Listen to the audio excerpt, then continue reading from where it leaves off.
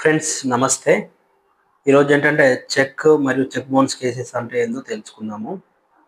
మరియు చెక్ యొక్క వ్యాలిడిటీ ఏందని తెలుసుకుందాం. ఎవరైతే చెక్ ఇస్తున్నారో ఆ వ్యక్తి సిగ్నేచర్ మరియు చెక్ పైన ఒక డేట్ రాయడం అనేది జరుగుతుంది. ఆ డేట్ నుంచి చెక్ ఒక 3 మంత్స్ వరకు మాత్రమే వ్యాలిడిటీ అనేది ఉంటుంది. వితిన్ 3 మంత్స్‌లో మనం చెక్‌ని ప్రెజెంట్ చేయాల్సొస్తది బ్యాంక్‌ల. అంటే ఎవరైతే ఇచ్చారో వాళ్ళ బ్యాంక్‌లో అయినా లేకపోతే మన బ్యాంక్‌లో అయినా చెక్ ప్రెజెంట్ చేయాలా.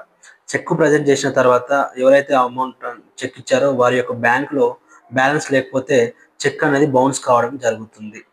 సో, దాని తర్వాత మనకు బ్యాంక్ వాళ్ళు రిటర్న్ మెమో అనేది ఇవ్వడం జరుగుతుంది. ఆ మెమో ఇచ్చినప్పటి నుంచి ఒక 30 డేస్‌లో మనము లీగల్ నోటీస్ అనేది పంపియాల.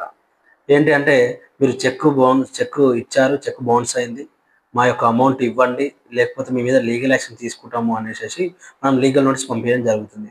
పంపించిన తర్వాత ఒక 15 డేస్ టైమ్ ఇస్తాము రిప్లై నోటీస్ కోసము. ఆ 15 డేస్‌లో ఆయన ఎలాంటి యాక్షన్ తీసుకోకపోతే, మనకు రెస్పాన్స్ ఇవ్వకపోతే, దాని తర్వాత మనం ఒక 30 డేస్ లోపల సెక్షన్ 138 ఎన్ఐ యాక్ట్ ప్రకారము మనం కోర్ట్‌లో కేస్ ఫైల్ చేయడం జరుగుతుంది. సో, ఈ ప్రాసెస్ అనేది చెక్ బౌన్స్ కేసెస్‌లో ఉంటుంది.